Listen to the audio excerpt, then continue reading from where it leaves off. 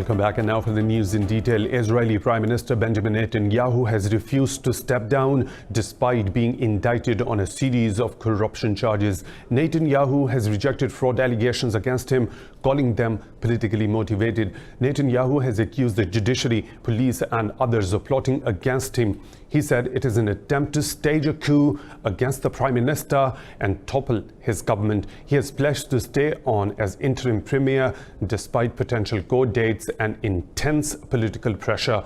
Meanwhile, Netanyahu's rival Benny Gantz has called on the indicted Prime Minister to resign from his position.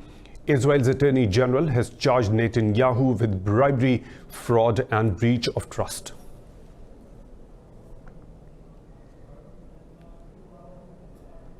In Syria, 7 people have been killed and 30 others were wounded by rockets fired from rebel forces in the northern city of Aleppo. It says a salvo of rockets hit 5 districts of the city, including Salahuddin. The bombardment comes a day after Syrian government troops bombed a refugee center in rebel-held areas, killing 21 people.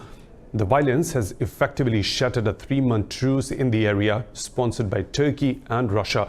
The war in Syria has killed over 350,000 people and displaced millions since it erupted in 2011.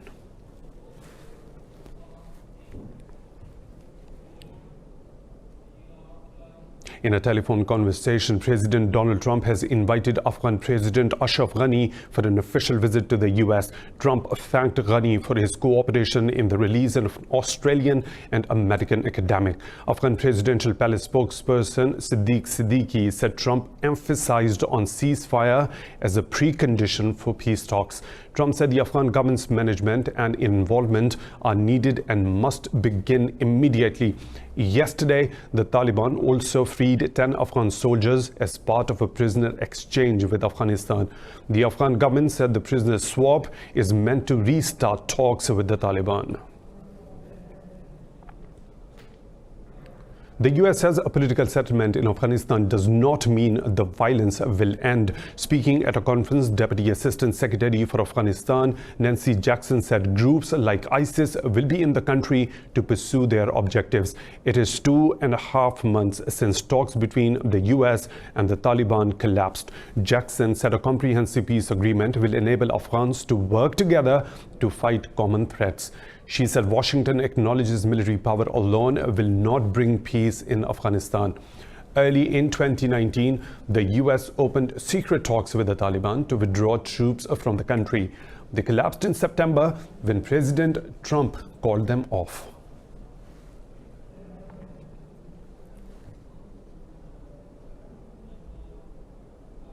In a phone call, Pakistan's Prime Minister Imran Khan and US President Donald Trump agreed to work together for peace and stability in Afghanistan. Khan said the release of foreign hostages by the Taliban is a positive step in the peace process. Trump thanked the Prime Minister for Pakistan's efforts for facilitating the release. Prime Minister Imran Khan also briefed Trump on the crisis in occupied Kashmir. Khan said over 8 million people are living under siege for over 100 days. He urged Trump to help resolve Kashmir issue. China has warned the US to stop sailing its warships through the South China Sea, a territory it claims. The China Navy Command spokesman said Beijing has indisputable sovereignty over the islands in the area and their surrounding waters.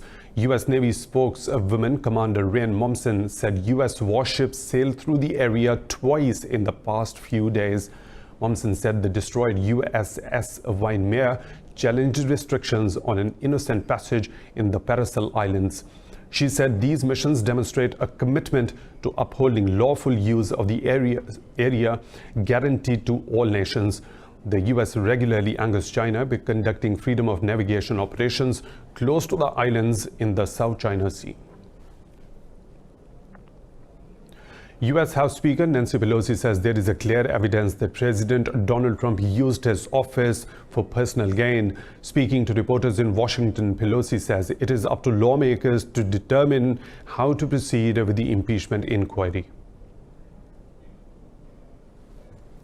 The House Speaker said a final decision to impeach President Donald Trump has not been made yet. Meanwhile, 2 more witnesses appeared on a 5th-day public hearings into the inquiry. Former advisor Fiona Hill warned of fictional narrative on Ukraine's alleged role in 2016 US elections. Her opening statement accused Republicans of sowing doubt about Russian interference in that election. An American official in US Embassy in Ukraine, David Holmes, told legislators that he heard Trump's voice on a July 26 phone call with Gordon Sondland. Holmes' account ties Trump directly to an effort to get Ukraine to launch an investigation against his political rival. US President Donald Trump has signed a stopgap bill to avert a government shutdown. The legislation proposes an extension of temporary federal funding to December 20th. The resolution passed the Senate hours before its White House approval. The bill funds a 3% pay raise to the military next year's census and keeps public health programs afloat for a month. Democrats and Republicans remain at odds over the funding of Trump's US-Mexico border wall. When the bill runs out, Congress will have to debate and pass fiscal funding for 2020 once again. Internet services have been reopened across Iran after a day-long government-imposed shutdown amid political unrest. U.S. Secretary of State Mike Pompeo has called on Iranians to share videos documenting the unrest with the U.S. In a tweet, Pompeo said the United States will expose and sanction any abuse inflicted by the Iranian government on the protesters. Iranian officials say internet services will be entirely restored soon. Amnesty International says at least 106 people have died in the demonstrations and subsequent security crackdowns. Iran disputes the figure without offering its own. Protests erupted across Iran after the government unexpectedly announced a hike in petrol prices. In Serbia, President Alexander Vučić has accused Russia of conducting a wide-ranging spy operation in his country. Vučić said Serbia's intelligence agencies have uncovered the operation involving Russian spies and former members of the Serbian military. Vučić said the National Security Council has discovered a video showing a Russian intelligence officer bribing a Serb in Belgrade.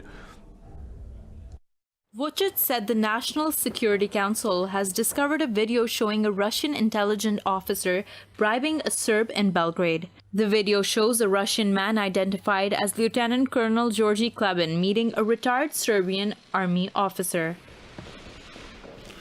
U više navrata I want to say we have evidence of other members of Russian security services being in contact with members of Serbian military structures, also with video and audio, but we never go public with that. Vučić said the incident can sour relations between the old allies Serbia and Russia. Moscow and Belgrade have strong political, military, and cultural and economic ties. Spain's Coast Guard has rescued 79 migrants near the Canary Islands. The Coast Guard said the migrants were stranded at sea for the past 6 days. Spain's Coast Guard took the migrants to the Red Cross campaign hospital in the Gran Canaria island port of Arguineguin. The Canary Island is one of the main European destinations for migrants trying to flee North Africa. Spain's Interior Ministry says over 27,000 people have entered Spain illegally by sea and land so far this year. In Mali, the bodies of 13 more soldiers have been found after a military convoy was attacked during an operation in the northeastern town of Tabankot. Officials say the death toll has risen to 43 in the joint operation with the forces from Niger. Authorities say the bodies were found by a Malian army patrol in 2 separate locations. Earlier, the military said 30 soldiers and 17 attackers were killed during the clash. Mali's army has now lost more than 100 soldiers in 2 militant attacks in just a single month. The country has struggled to contain the militant insurgency despite help from African neighbors, the UN and France. In Algeria, hundreds of protesters have marched in the capital Algiers, stepping up pressure on the authorities to cancel a December 12th presidential election. Marching through the main streets of Algiers, the protesters chanted slogans against the looming presidential election. The protest movement erupted after President Abdulaziz Bouteflika announced his candidacy for another term in the office. But he has to step down in April after the Algerian army withdrew its support over corruption charges. Amnesty International says Chile's police deliberately targeted protesters. The unrest in Chile has left 23 people dead and 7,000 detained during anti-government protests. In a report, the rights group said 5 deaths have been confirmed to have occurred at the hands of security forces. The report said it has also been confirmed that protesters were shot at with live ammunition and tortured. We are shocked to see and to document cases of torture that are quite similar to the cases of torture that Amnesty International documented 30 years ago under the dictatorship of Pinochet in Chile. It's time for a short break, but coming up next in the bulletin.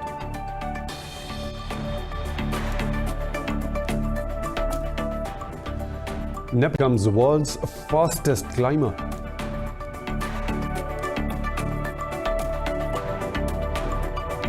And man builds house out of recycled materials.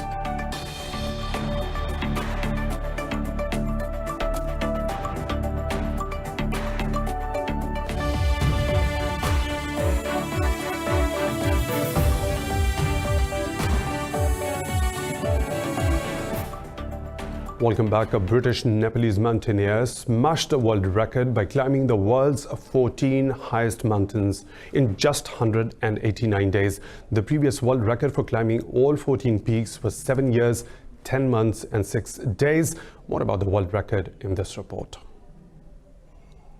The 14th highest mountains in the world all stand over 8,000 meters high. 36-year-old Nirmal Purja served as a British soldier but quit earlier this year to pursue his mountaineering dream.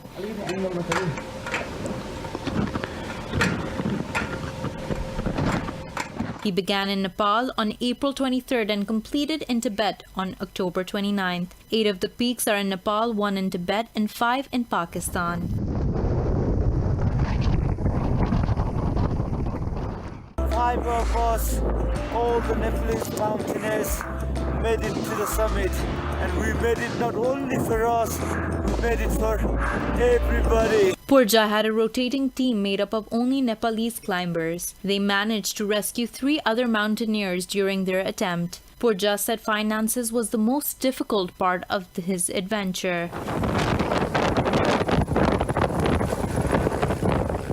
In terms of job security and all these things, financial stuff, gave that away as well.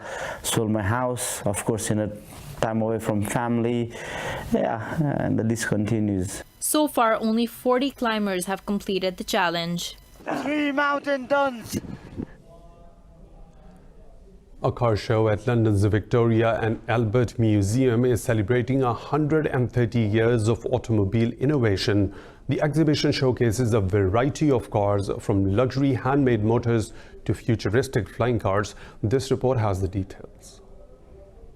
The exhibition at London's Victoria and Albert Museum takes visitors on a road trip from the first ever car to modern concept models. On display is the 2-seater pop-up next flying car with a jet engine, incorporated wings and a cockpit seat. Alongside that is the typically designed old Graham car in pattern motor wagon number 3.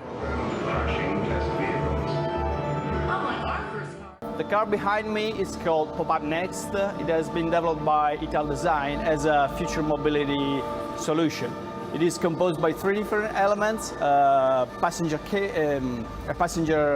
capsule, a ground module, and an air module. The whole idea is you don't own it, so it's a service you can purchase. The exhibition presents 15 examples of different cars, accompanied by 250 examples of products, fashion, and graphics. The museum's curator, Brendan Cormier, says the show speaks of the impact in design of automobiles broadly.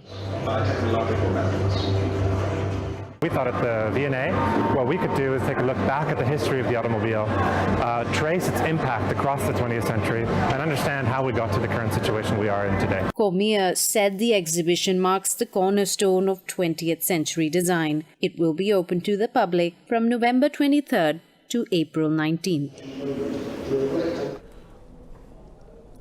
An Egyptian man got so sick of finding a suitable place to live in Cairo that he has built his own home on the city's outskirts. What makes his house special is that it is built entirely out of recycled material, and he constructed it without any training as an engineer. How did he do it? Let's take a look.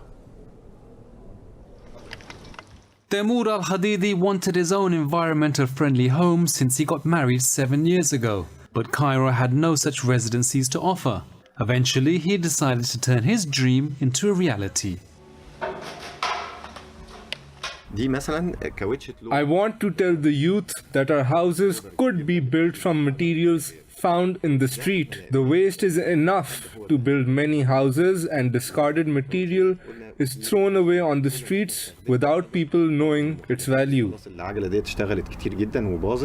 The building materials cost Hadidi almost nothing, but the skilled labor involved in the project, including electricians and plumbers, came at a cost, and that was $124,000. The house is built so it works in sync with nature. Wind enters the house from one side and leaves from the other, and the direction of the sunlight is also taken into consideration, so it isn't affected by the heat or cold.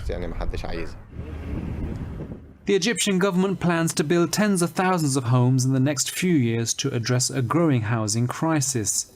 But analysts say the Egyptian government can't afford such a project. However, it seems Timour Al-Hadidi has found the solution to his problems.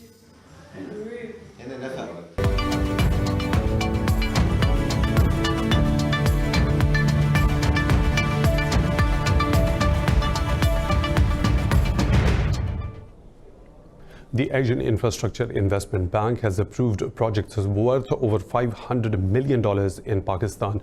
Minister for Economic Affairs Division Hamad Azhar says Pakistan's economy is moving in the right direction. Addressing the Pakistan Business Forum in Islamabad, Azhar welcomed the Asian Infrastructure Investment Bank's role in Pakistan. The bank's Vice President Lukiyako Vurianto said the bank aspires to work closely with all the stakeholders and multilateral development banks. In India, the value of new investment projects in the first half of the current fiscal year has fallen to 15-year low. In a report, India's credit rating agency CARE said there has been a sustained decline in new projects undertaken in the past 5 years. In the first half of the fiscal year, new private sector investment contracted by 80% compared with the 20% growth last year. It revealed the government's share in new investments declined from over 50% in 2015 to over 35% in 2019. The report said the Indian economy has been going through challenging times in the current year because of a weak investment climate and consumption. The investment rate has declined consistently over the years and remained at 29% of GDP in the past 4 years.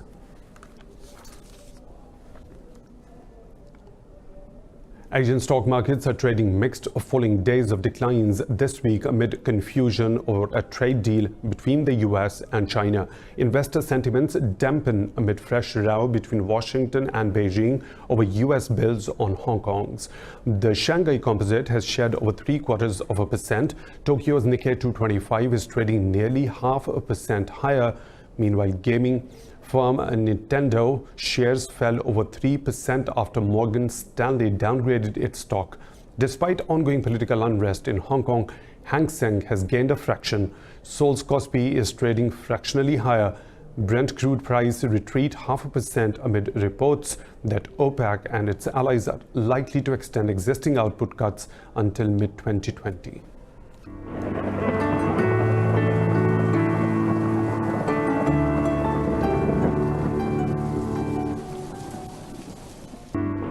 And now the weather situation from around the globe.